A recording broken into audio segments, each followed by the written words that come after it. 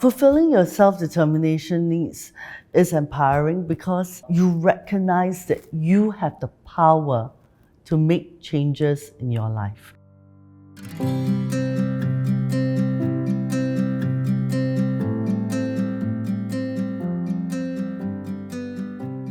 Self-determination is actually really important for mental well-being. Let's look at what self-determination is first.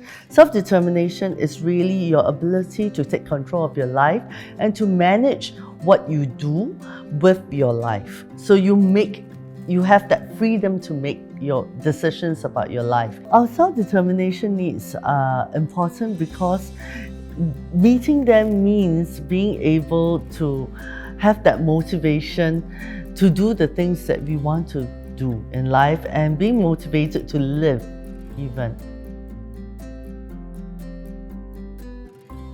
Ryan and Deci, two very, very famous researchers who came up with this theory called self-determination theory, actually discovered during their research that there are three needs, three very basic psychological needs that every person has. And those three needs are the need for connection, otherwise known as relatedness, the need for feeling competent, and the need for autonomy. When we look at relatedness, it's really about wanting warm and genuine social relationships with people who are important to us. And then there is a need for competence, which means we really want to be able to do things that we are good at doing.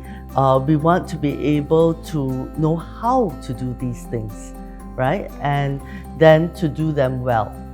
And finally, we have autonomy. Autonomy is really about having control over the decisions you make for your own life. So for example, it's knowing, okay, this is what I'm interested in, and therefore I can choose to make those decisions. I can choose to do these things. We will lose that motivation to do the things that are important to us, or even to lose the motivation to live life itself. Right? So the world suddenly becomes very dark. It's overwhelming, like we just feel like there is a lot of demands on us. And the thing is that all this, not having our self-determination needs met, means that we will feel stressed. And when this stress is prolonged and it becomes very severe, then we will experience quite a bit of distress. Right? So that's when we could potentially develop mental health issues. So for example, it could be for the child who doesn't want to go to school anymore, or the person who just stays at home and plays computer games the whole day because they're just trying to avoid doing things. And of course, there's also this sense of not having any control over our lives. Life is meaningless because you are just doing what people expect you to do, rather than doing what is important to you.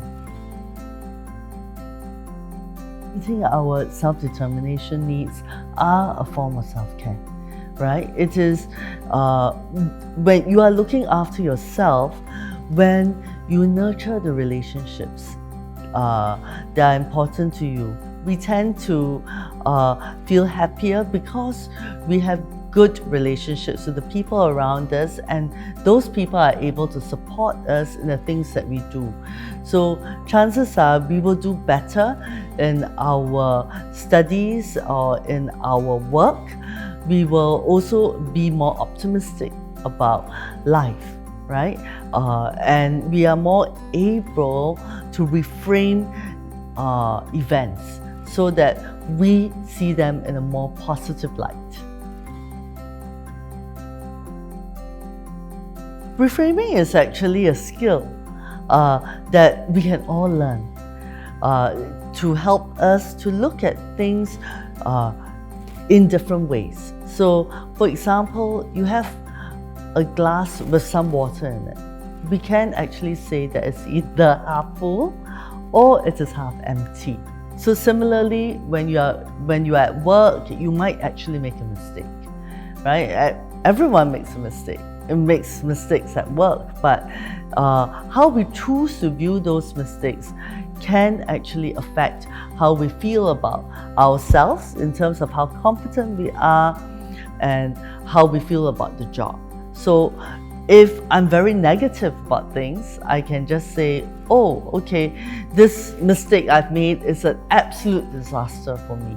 But I can also reframe it to say, okay, so I've made a mistake. What can I learn from this mistake? And with this mistake, how can I ensure that I don't make this mistake again? And how can I improve in what I do?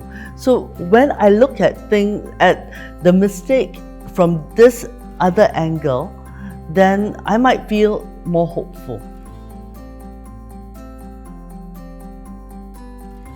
You recognize that you have the power to make changes in your life. You have the power to decide how you want to do things in life, right? So when you start to recognize this, then you undergo a mindset change. You realize that you can interpret what is happening in your life and decide how you want to respond to those things that are happening to you. So you make your decisions for yourself, right? And you learn to adapt to the world rather than submit to what's happening around you.